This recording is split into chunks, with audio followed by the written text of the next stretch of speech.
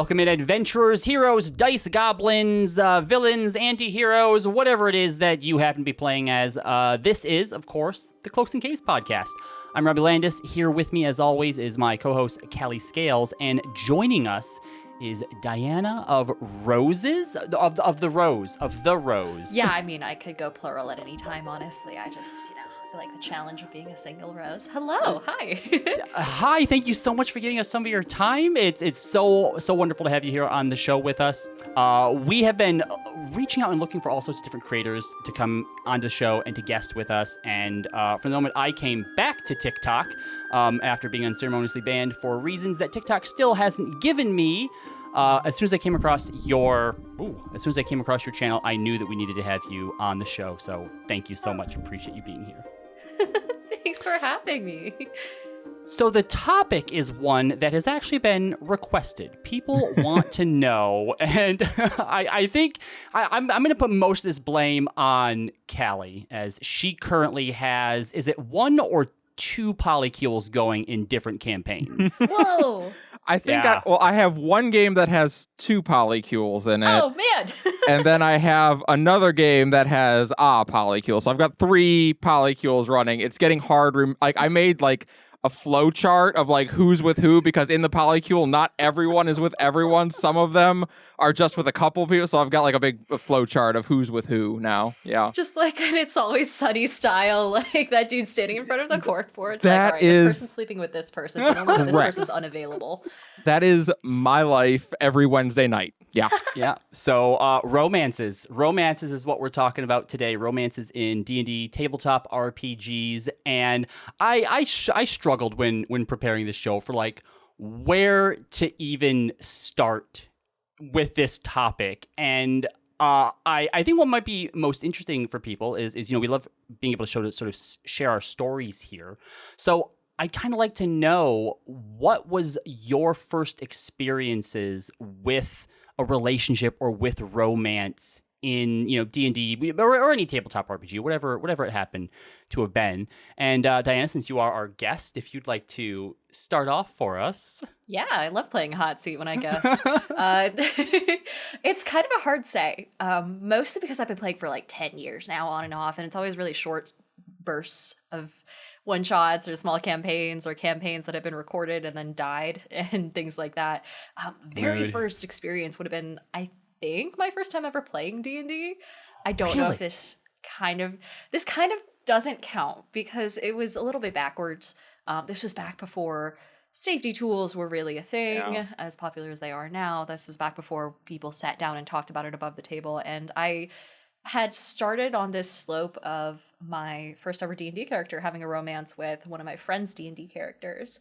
And it was fine. I'm sure it would have been fine, except since it was my first time role-playing really in any capacity, I went full throttle into it. And I just did not hide it at all. There was no subtlety. There was no subtle build-up. If someone had been reading it as a novel, it would have they put it down. What was it, something that the two of you had planned out beforehand, or just happened naturally? No, that's why I say it was the opposite, because I think we had crushed on each other in real life, and then it bled into the game. And then after the game died, we dated in real life, and then we went back and we were like, oh, our characters should have properly dated instead of whatever the hell that was. And so I don't even know if that one counts. It was so short, honestly. That was a matter of, I want to say, less than 5 actual segments that we played. Oh, that would have been quick then. But what's the point of playing D&D if not to smooch your friends? It's just a simulator, really. It's really just a dating sim.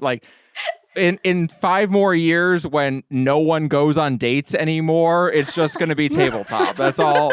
It's going to be we're going to pretend to be in a relationship to see if we're compatible to be in a relationship. Hey, if we can slay dragons together, everything else is gravy, right?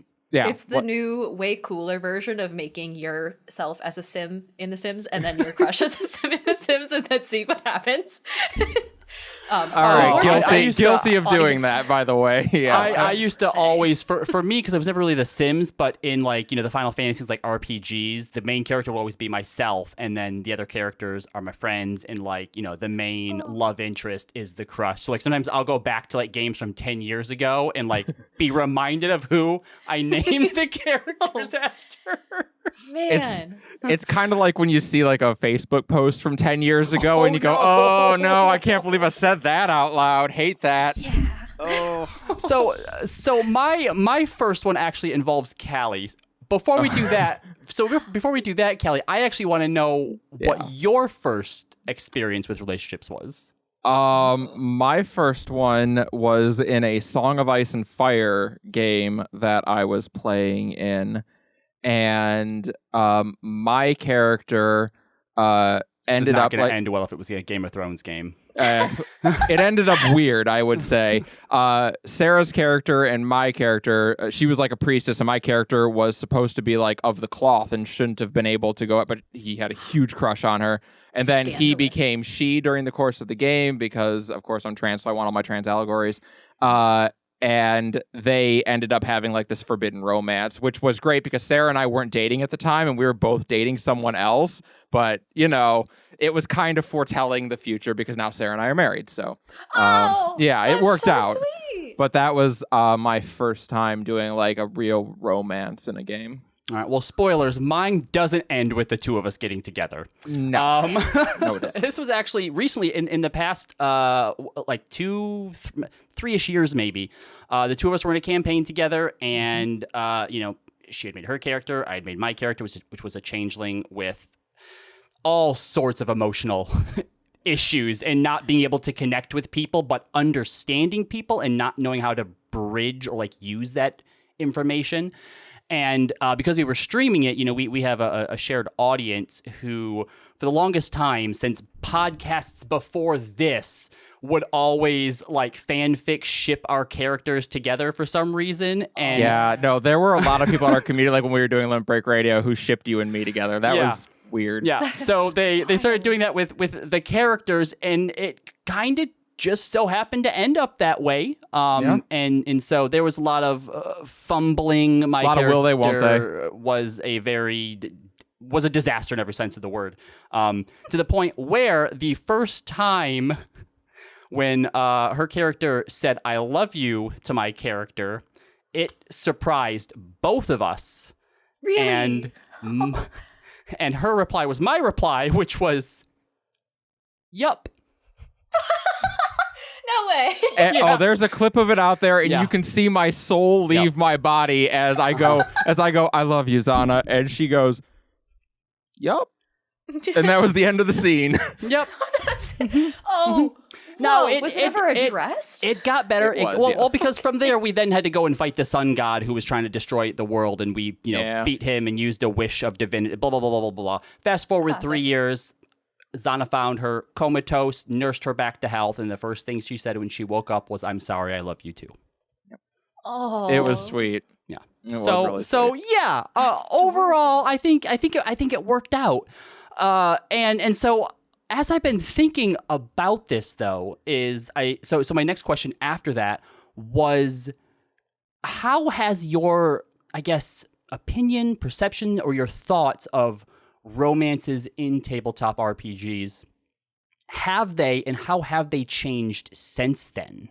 Oh man, there's a lot to say here. I mean, obviously now I'm hyper aware of situations where people are using TTRPGs as a stand-in for their actual feelings or as like a simulator or something like that, which is fine.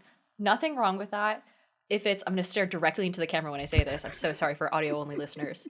If it's consensual and two-sided, oh my God. I don't know if I can swear on this podcast. I would be swearing up and down. Okay, thank fucking God. Please, for the love of fucking God, do not make your character romance someone else's character just because you have a crush on them in real life and they are wildly unaware of it. It is not cool. It can go horribly wrong. It often does go horribly wrong.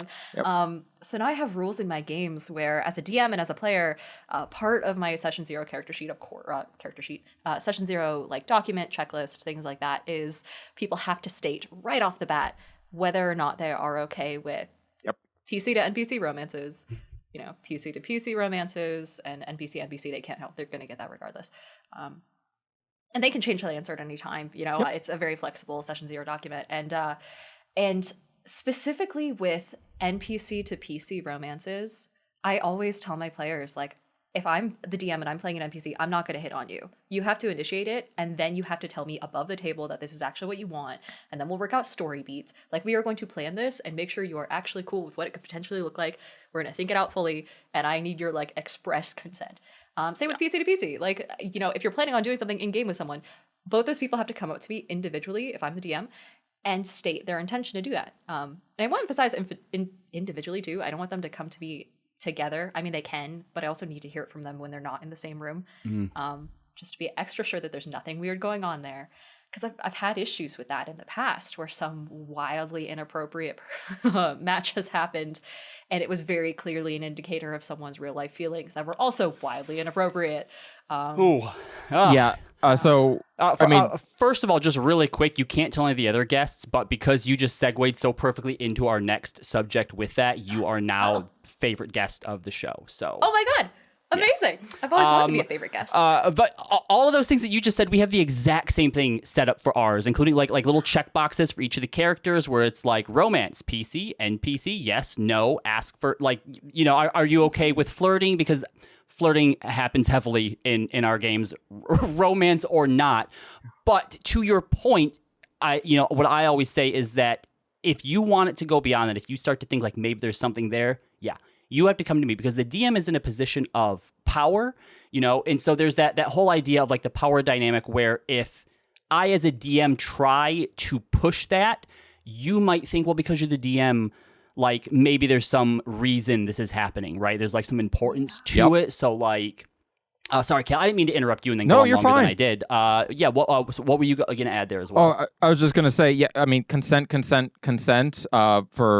NPC to PC, PC to PC, and also sex. I mean, it's fade to black no matter what, but not everyone wants to explore that it's a sexual relationship either. Not everyone's chill with that.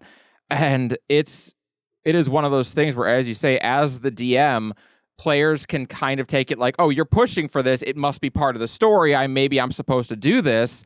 And no, I'm putting it out there as an option to you. But yeah, we talk about it all the time. Players talk to your DMs and DMs talk to your players, and just be cool and forward about what kind of story you want to tell. We all have this idea, especially as DMs, where it's like, oh, we want to have these cool, surprising moments that catch our players and make them go, oh my God, I can't believe that happened. And there's a time and a place for it. And romance is not one of those times and places. Yeah. Let's just have a talk first. 100%. And I feel like that's the major pushback that I get. I don't know how you guys address that, but like in my comments and among the community, they're like, oh, but if I have to clear it with the DM beforehand, or if I have to like explicitly talk to this person and clear it beforehand, then that ruins the spontaneity. And it's like, nah. No. If you don't compromise safety for spontaneity, my guy. Well, and also we're doing collective storytelling here. Romeo and Juliet smooch.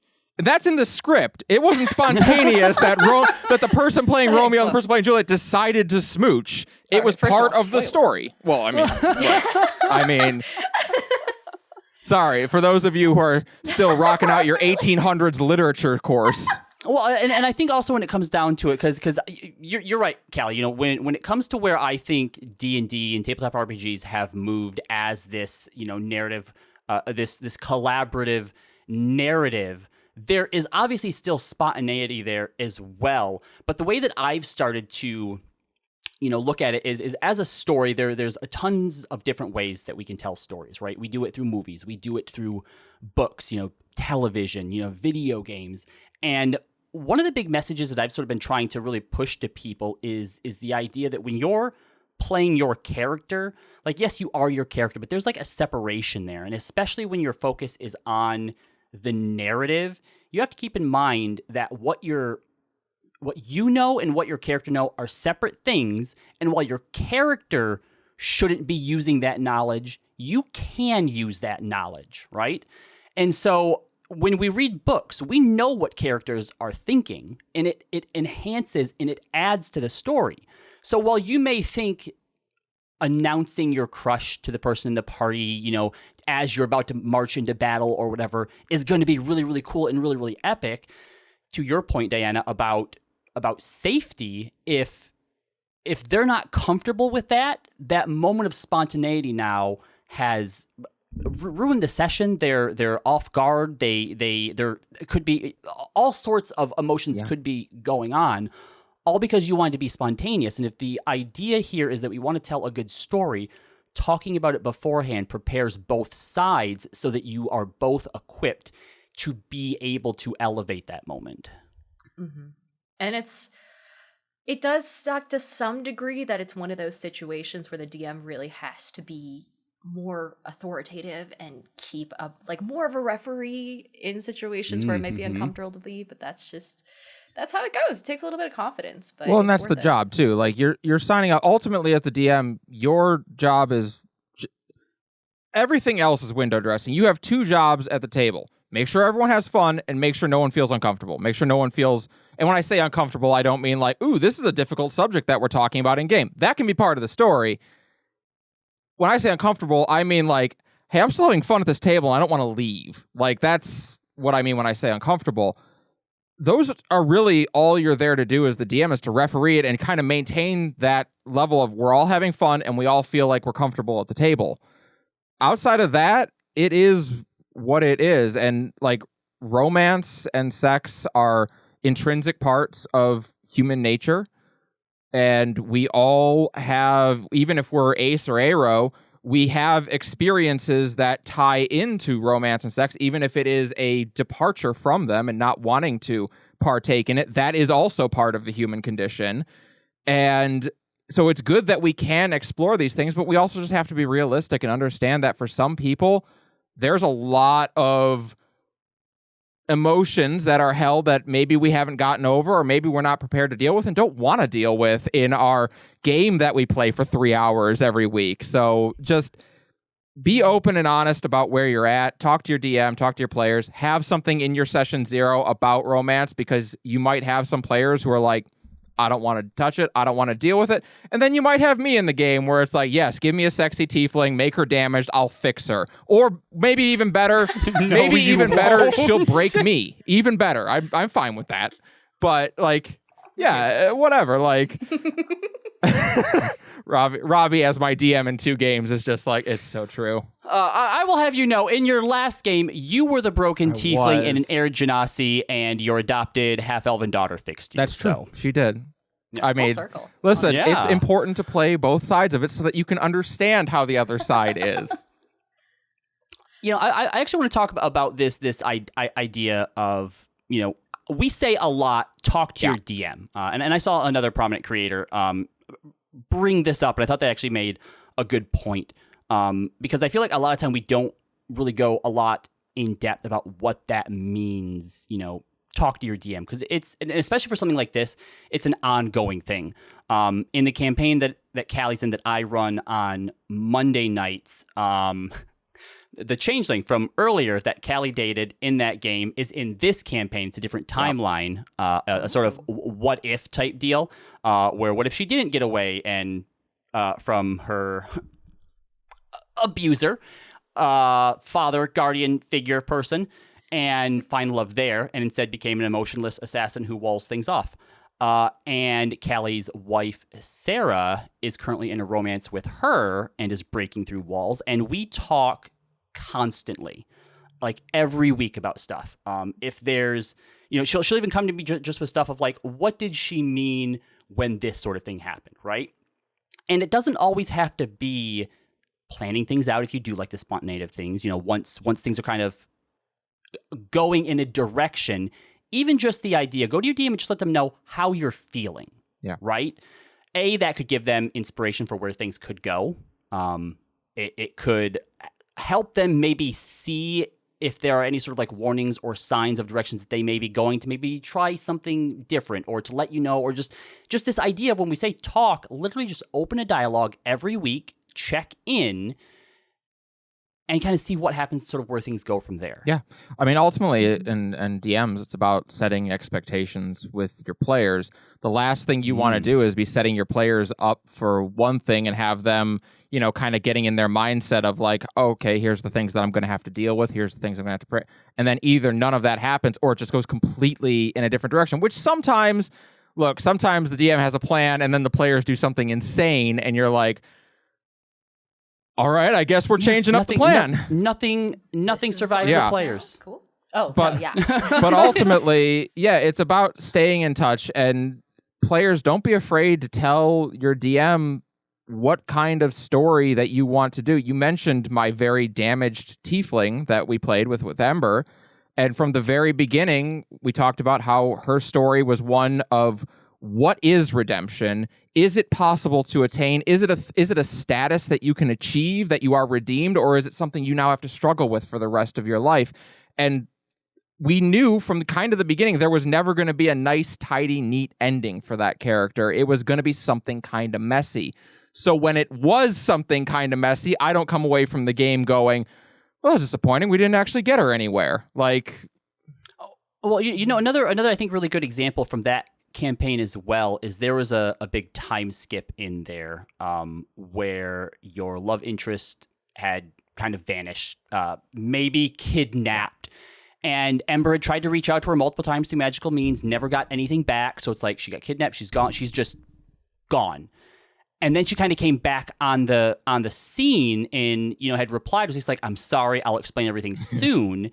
And so now Kali's sort of being led on for a few weeks about how am I even supposed to respond to this? Because as a person, I cannot think of a reason why someone would let me go through the destructive period that I was and not even give me an indication not even let me know that you're alive, that they were alive, right?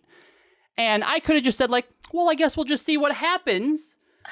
But that doesn't feel very good, right? It's gonna be 3 weeks of misery. So we had talked, and it's like, ultimately, what do you want to happen, Kali? Because that should be part of this. Is your character, is part of your story. And ultimately, she had settled like that. I would like to see if this thing can be repaired. So I just straight up told her, all right, I have a reason that I hope is going to be good enough, right? She kind of just give her an outline or a generalization of kind of what to expect. So we're both on the same page, know what direction we're going in. And I do still think that even despite kind of knowing where we were heading, there was still spontaneity in it. I think you still, were surprised. Yep. It was still, a great scene. So you can plan stuff out and still be as spontaneous and have those moments of not knowing what's going to come next. I feel like we've come a long way from just talking about romances, as we often do on this show. It's all connected, it is. I mean, that goes back into just a greater general thing where DMs should cater more to their players as opposed to the other way around, Shouldn't just be doing session zeros. You should be doing the equivalent of a session 0 halfway through your campaign or a quarter of the way through your campaign. I try to get my players to message me, like after everything. I'm like, all right, if anybody has anything they want to talk about, anything they want to say, please message me, please DM me, let me know. And then nobody does. And I'm like, okay, but like I need validation and I need ideas. So I do need you to actually talk to me about what. Yeah, you have to make it homework sometimes and give them like, all right, guys, here's a Google form. Fill it out by the end of the week. If we all do it, y'all get a gold star at a pizza party. Come on. I'd tell last week I was like, all right, everyone, write me they were at this festival where one of the like traditions at the festival is that you write a love letter to someone that you have a crush on and send it off, and it may not actually get to them, but like that's actually really cute. Penumbra, the goddess of twilight and the protector of lovers, is one of the deities who is worshipped at this festival. And so the myth is that since she's a sea goddess, if you take the letter and put it in the ocean, that it will find its way to who it's intended to go to. And well, all the people in your party, though, could have just gave it to each other, though. A couple of them did. But they could have bypassed this wasn't in the Wednesday game. This wasn't in the Polycule game. But they all did write letters. And I just told them, anyone who actually writes a letter for me so I can get an idea of, like, who your character's into and what they're after. And they asked, like, does it have to be, like, romantic love or can it just be familial? And, like, yeah, whatever love is for your character, you write that. And you send that to me, and I'll give you a +1 ASI to any stat you want. And everyone did. Everyone in the group wrote me one. So, I mean, Amazing. You gave an ASI also just for writing a love huge- letter? Yeah. So, I mean, well, listen. So, okay, so as a difference point between me and Robbie, my games go 30 to 50 sessions. Your games can go significantly longer than that, but It's only almost been 3 years. But ultimately, yeah, I gave him a +1 ASI, and I got a important story beat out of each of them for it. So, what do I care if they get a +1 to ASI? I'm noticing a pattern Okay. here. All right, because there was a previous episode where Kali had mentioned this homebrew rule she does, to where if you establish a connection with someone in the party, you get a free proficiency. And if you establish connections with everybody in the party, you get a free magic if you do my item. work for me and I not will make me have explain you why you know. all know each other, I will give you shit. Absolutely. I have been in Kali's game before. I haven't heard any of this. I never got a free ASI for writing a love letter. I never got a free I gave you proficiency. guys I never got a items. free feat not once but twice in Scholar Rain, I'll have you know. Well, I'm only going to recall information that is pertinent to my side Classic of the Robbie. argument, okay? Anyway, right. welcome back to TTRPG, Yeah. everyone. I'm your host.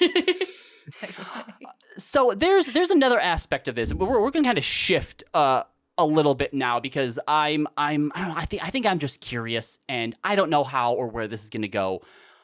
But this particular topic came from Reddit, essentially. This is kind of a little bit of Reddit aligned. But I remember seeing a thread, and I forget if it was the player who posted or if it was the player's significant other who posted it. But this idea of, romance in tabletop RPGs. Well, first of all, there are obviously some people out there who aren't, into D&D, into tabletop RPGs, already kind of find it weird that, like, hey, we go and we play, elves and wizards and mages and stuff like that. And so this post was essentially being like, hey, my person is playing in a game and pretending to be in a relationship with someone, and I'm not comfortable with that. How would you respond, or what are your thoughts on that situation? It's hard because it's not entirely unwarranted because I've seen so many situations where it's been done wrong, right? Like the way I did it at the beginning of this episode where I talked about it, that's wrong. If it's not set aside very clearly, like the boundaries between what's happening in game and the potential for bleed isn't addressed, then implicitly, inherently, I think it could be a slippery slope. But then that kind of gets into the dynamics of the people at the relationship as well and what their communication styles are like. And so it's a much deeper issue than just saying like, oh yeah, it's weird versus, oh, nah, it's totally normal in all situations. There's so much nuance there and it spreads beyond the game. Really, I think it's one of those things where it just comes down to the communication between the couple and the expectations at the table. My first thought would be to say, hey, why don't you come roll dice with it? Like, why don't you spectate a session? There you go. And then you get them so Then you get hooked. you get them Yeah. addicted. So, yeah. but I'm totally with you. I mean, obviously, that's a conversation that my wife and I have had to have on a number of occasions where we're going into a game, and whether or not the other person is in it, we're talking about, are we going to be an item in this game? Are we not going to be? Are we going to be dating other people? And I mean, you talk about Monday, my wife is dating one of Robbie's NPCs, and I'm dating Robbie's wife in that game. Yeah, so that's true. Yep. I mean, it can be one of those things where it's like, yeah, you just... Character bleed is real. There was a really good scientific study that talks about how our brains are really, really bad at differentiating roleplay with real life experiences, which is why people can be so affected by what happens in D&D. Yeah, look how many actors end up becoming couples because they're Right. couples in like a movie or a show, So, right? Absolutely. If you're role-playing this deep romance with someone, it's probably only natural that you're going to develop a little bit of feeling for them in some way. And now, not necessarily something you're going to act on, of course, but yeah, you might develop a little crush or something like that. And that's just a conversation you need to have with your partner and talk about like, hey, it's a game, it's a story I'm telling. Maybe it'll make us closer as friends. It's not going to be anything like that. And if your partner's not comfortable with it, well, ultimately you need to decide, is that a deal breaker for you? Because what's not okay is for you to say, okay, I won't do it, and then go do it, because that's not all right. Yeah. So yeah, no, you just need to decide, like, is that the deal breaker for you? And if it's not, well, then just don't do it. I mean, you both basically kind of took the words out of my mouth there too. As I was kind of sitting with this, I recall there was a time when I first started playing Final Fantasy 11, and this was 2003, 2004. Robbie, we're old. Do you realize that? You realize how old we are? We're so old. I too remember 2003. Yeah, no, it's okay. We're just dealing with the fact that we are decomposing on screen here. Don't mind us. At least the podcast is here. This hair used to be brown. Awesome. This used to be brown. Just pointing out. I dye the rest of it red, but this part's cut short. So, yeah. It looks cool. That's so kind of you to say. It does. I should probably think about doing that, but it costs money. But even as far back as then, I remember there was a person that I hung out with in Final Fantasy, 11, and we would do like some role play stuff, and there was a night when they had expressed their feelings to me, and I had a girlfriend at the time, and kind of realized like, oh, this is real for you, and we talked, and she realized like, kind of where we were and whatnot, and then she kind of just disappeared. We never talked again, which, whatever she had to do to sort of help to protect herself and stuff, that's fine. But then like I also think about where I was sort of, I guess, emotionally, or just, where my maturity was back then. And I think that if I would have been in a situation where I found out that, my partner was pretending to have a relationship in a game, I probably would have been weirded out by it too. And, Dan, like you said, bring them in, let them see what's going on, let them become part of it as well, understanding it, actually being there and seeing it in practice. Well, it's a whole other thing, right? Because a lot of what causes those feelings of discomfort with it is the feeling of being excluded, like you're not allowed to be part of it. And that's where the hurt feeling actually comes from, is how come I'm not invited to do this? Why is this something that's important for me not to be there? Would you still do that if I was there? Like, that's where those kinds of awkward feelings around it come from. Yep. Yeah. And again, if all of that is still a problem or a deal breaker of some kind, the issue isn't with the game. There's something deeper you probably just need to take a look at and talk about. Yep. Any closing thoughts that either of you would like to share, just in general, when it comes to romance? Any tips for the DMs or the players out there? I honestly kind of just want to throw it out there. A lot of times when people talk, especially in a format like this, about romance and TTRPGs, they talk about what not to do a lot, or like what to do in terms of like boundaries. I still implore people, especially when you're exploring a romance in game and you have the green light and you have that consent and everyone's aware of what's going on, have fun with the way it plays out. You can throw a dart at a dartboard full of all the fantasy tropes and every bit of like young adult novels out there and smut if you want to, as far as like enemies to lovers, like forbidden romance. As a former professional smut writer, yes. There you go. And so, I try and have fun with the way it actually unfolds once you get all the consent and stuff out of the way. Because it can be super cool.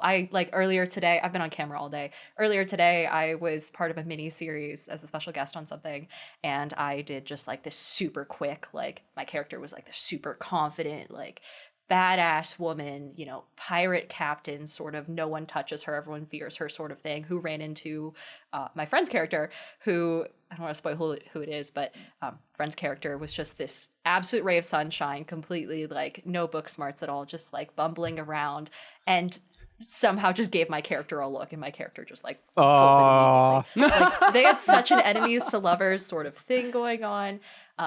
And it's just, I know the audience is going to love it. And of course, depends on how cinematic your game is in the first place, but please have fun with it once you get there, try and throw people for a loop, throw some conflict in there. To follow up on that, I think one of the big things about romance in particular is, I think it's very valuable if you're doing it with another PC, or even if you're with an NPC and you're talking to your DM, talk with the other person to get kind of a timeline together of like, hey, is this a slow burn that we're doing between these two characters where it's going to be a while before they get together? Or are they going to go, hard and heavy and then be kind of like panicking about, okay, what does that mean? What did we just do? Because it's real awkward when one person has one thing in mind and the other person has the other in mind, and then you've got someone who's just like pursuing really hard and the other person who's not, doesn't seem into it, and it's like now it feels creepy. It's okay for you two to have like this idea of like, okay, hey, this is for sure a third act romance, and so now we know that everything that we do up to there, if there is difficulty, if you see a chance to have a spat of some kind or a disagreement, that's okay for you to have, because you know the romance eventually will come up later on and you can figure out how you're going to get there. I think it really is one of those things, kind of, like I said, you don't have to plan out every detail of it, but have an idea of what the roadmap looks like to get to the culmination of this romance getting together. And if your DM is cool, they will provide you some cool moments to help that roadmap come to fruition. Because it's, oh no, there's only one bed. Or oh no, the BBEG is going to capture one of you and the other has a chance to save them and is the only one who can. Like, DMs, make those fantasy romance dreams come true. Absolutely. I love it. That's a fantastic point. I love that point so much. I wish that I had advice as good as either of yours. I still feel relatively new to DMing relationships. So I like when they come up with pet names for each other and it's related to the backstory. That's my advice. Do that. And to be clear, Robbie's also very good at that. Yes. Am I? Yeah. No, own it. Hey, I gave you a compliment. Just take it and run. I agree. No one's going to check into it. I can't even remember. I know that Zana gave one to Maeve. It's in my notes somewhere. No one watching the podcast is going to start like scrubbing through our history and be like, I don't think he is very good at giving pet names. Name me a time. Roll for pet name right now. That's going to be charisma plus persuasion. The hardcore fans. What do you? Is it fair to say that I have a +5 in charisma and I'm expertise in persuasion? Yeah. Yeah. Robbie, you're my friend, Why'd you and say I love it like you. that? Yeah, absolutely. Well, you know what? It was a 14, so plus the 5 is 19, and then with any sort of, I don't know what level I would be for the proficiency bonus, but it's above a 20. Cool. I love it. I made it. Thank you, Diana of the Rose, for giving us some of your time today. It was an absolute pleasure having you here. This was so much fun. Why don't you tell everyone a little bit about yourself, what you have going on, where they can find you? Yeah. Oh man, every time I do this, I complain about it because it's so long as to all the shit that I do. Hi, I'm Diana Faye, also known as Diana of the Rose. She, her pronouns. I am a TTRPG content creator primarily, but I also just fuck around a lot. I'm on literally every platform. So Instagram, YouTube in both long form and short form, TikTok. I'm a Twitch partner, a member of the Latin Guild. Congratulations. Thank you. And then, oh man, I'm a model sometimes. I'm an actual play performer and live play performer. Most recently, I did actually a really cool Candela game with Dice Cream Sandwich, like Quincy's Tavern, Matthew fucking Lillard. That's awesome. Lillard, which was insane. What? He's and so we love nice, Dice Cream Sandwich so here. Cool. And then Lewis Stardust. And so that was amazing. What else? So yeah, I'm credited in a bunch of shit. I'm also a panelist, so if you see me at any conventions, please come say hi and ask me if I'm doing anything that weekend. Chances are I'm going to be talking about something, just info dumping. Robbie, like we are not famous enough to have this person on the show. That is we got so lucky. That's why I had you reach out. I didn't want to have to deal with the rejection. No, I promise I'm nice. Yeah, no, I love coming on things like this. If you guys ever want me back, I'm super happy to. This was like so professional, Boom. such a good streamlined process. Appreciate that. And as for us, if you happen to be tuning in for the first time, we run Cloaks and Capes. You can check us out on Patreon. We mostly make magic items. We have over 750 as of this recording, and we're actually getting like ready 9 subclasses, though. One a day is what I do. Yeah. We're about to release our 9th subclass, which is the Creation Domain. Hey, you want to make Cleric, something out of nothing and do a miracle? Which we're very, very happy Creation Domain Cleric.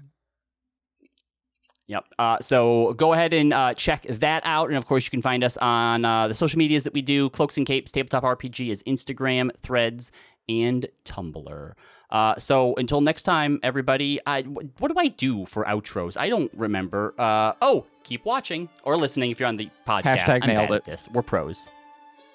Yep.